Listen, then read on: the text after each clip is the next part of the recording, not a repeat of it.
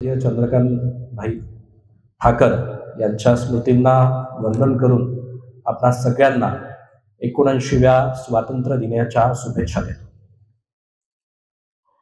मित्रांनो, तसा मी IT चा संबंधित व्यक्ती आहे. टेक्नॉलॉजीशी संबंधित आमची चर्चा आता तीच चालू होती.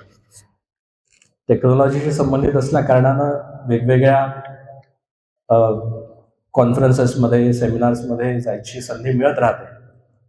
पण जर एखाद्या वेळेला कोणत्या महाविद्यालयात किंवा शिक्षण संस्थेमध्ये जाण्याची संधी मिळते तो मनस्वी आनंद होतो. आणि यामागे 2 कारणं आहेत.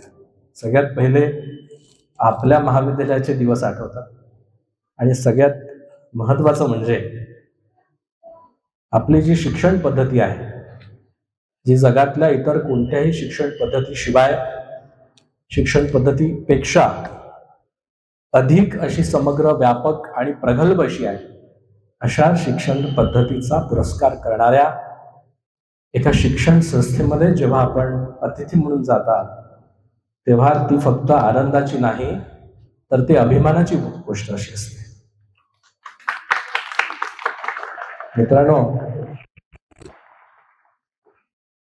मी असं म्हटलं की आपली शिक्षण व्यवस्था ही फार प्रगल्भ अशी आहे आणि एका छोट्याशा उदाहरणाने सांगण्याचा प्रयत्न करतो.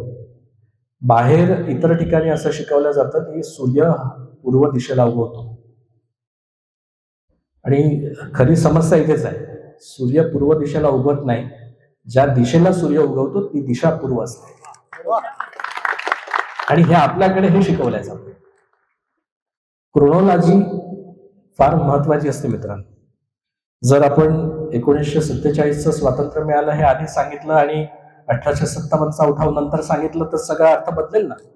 तसंच एकदम व्यापक असूनही सूक्ष्म अशी शिक्षण व्यवस्था आपल्याकडे इथे भारत देशामध्ये आहे.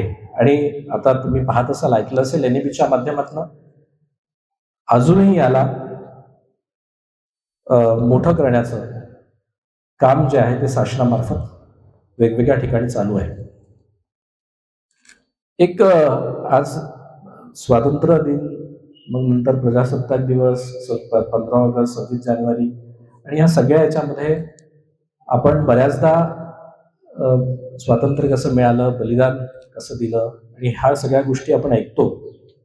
पण एक फार महत्वाची गोष्ट जी तुम्ही ऐकली असेल की स्वातंत्र्य मिळवणं हे सोपं होतं, त्याला टिकवणं हे कठीण आहे, हे असं कोणीतरी म्हटलं आहे. आणि ती जबाबदारी, ती अवघड जबाबदारी मित्रांनो तुमच्यावर आहे. आणि ती अवघड जबाबदारी आपण पार पाडायचं आपल्याकडे एक चांगलं साधन आहे, ते म्हणजे शिक्षण व्यवस्था. आणि अजून एक छोटंसं उदाहरण देतो आणि माझ्या शब्दांना विराम देईल. एकदा आता मागच्या महिन्यामध्ये आमची जी राष्ट्रीय संस्था आहे त्या आमच्या इन्स्टिट्यूशनच्या सोबत आम्ही एक लंडनच्या एका ॲक्रेडिटेशन एजन्सी सोबत आमचा MOU होणार होता. त्यासाठीची आमची ऑनलाईन मीटिंग चालू होती. आणि ऑनलाईन मीटिंग चालू असताना मी त्यांना, तिथल्या लंडनच्या लोकांना तिथे विचारलं की आता आपण एज्युकेशनल एक्सचेंज करणार आहोत, तर तुम्ही कोणती अशी चांगली गोष्ट आहे तुमच्या शिक्षण पद्धतीतली जी तुम्ही आम्हाला देऊ शकता. पण त्यांनी सांगितलं, त्यांनी काय म्हटलं, त्यांनी असं म्हटलं की तुम्ही आमच्या शिक्षण व्यवस्थेवर चालता. ब्रिटिशांनी दिलेली शिक्षण व्यवस्था ही सगळ्या देशाला, सगळ्या जगाला माहिती आहे की तुम्ही त्याच्यावर चालता, तुम्ही त्याच्यावर मोठे झाले आहेत आणि तुम्ही आम्हाला काय विचारता की आमचा काय, आम्ही कोणत्या पद्धतीने शिकवू शकतो. मित्रांनो, त्यांची ही कमेंट मला रेसिस्ट पण वाटली आणि आपल्याला 79व्या स्वातंत्र्य दिनामध्ये आपण इथे भेटतोय, इतक्या वर्षानंतर सुद्धा आपल्याला हे असं ऐकावं लागतं.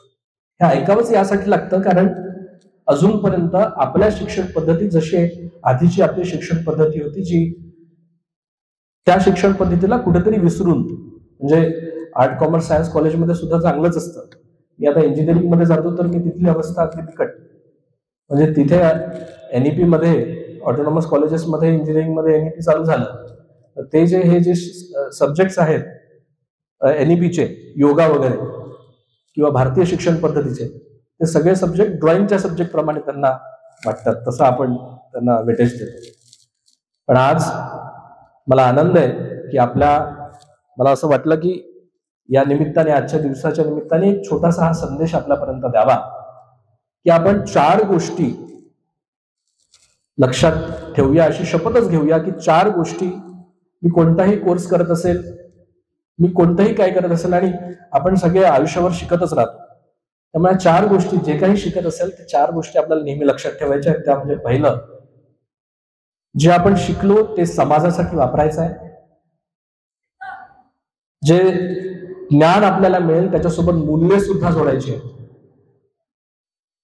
आधुनिकतेसोबत परंपरा जपायची आहे. आणि सगळ्यात महत्वाचं, रोजगारक्षम न होता, रोजगारक्षम तर व्हायचंच आहे पण त्यासोबत जीवनक्षम व्हायचं आहे. अशा 4 मूल्यांना कोणताही कोर्स करत असेल, जीवनात कोणतीही मोठी अडचण आली असेल, 4 या मूल्यांना आपण लक्षात ठेवलं तर मला असं वाटतं एवढं जरी आपण केलं तरी आजच्या हा जो कार्यक्रम आहे हा आपल्या जीवनासाठी एक वर्थ म्हणून एक तुमच्या लक्षात राहील असं मला असं वाटतंय.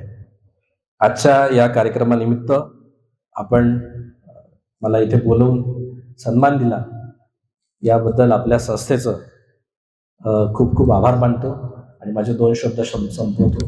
धन्यवाद. जय हिंद, जय महाराष्ट्र.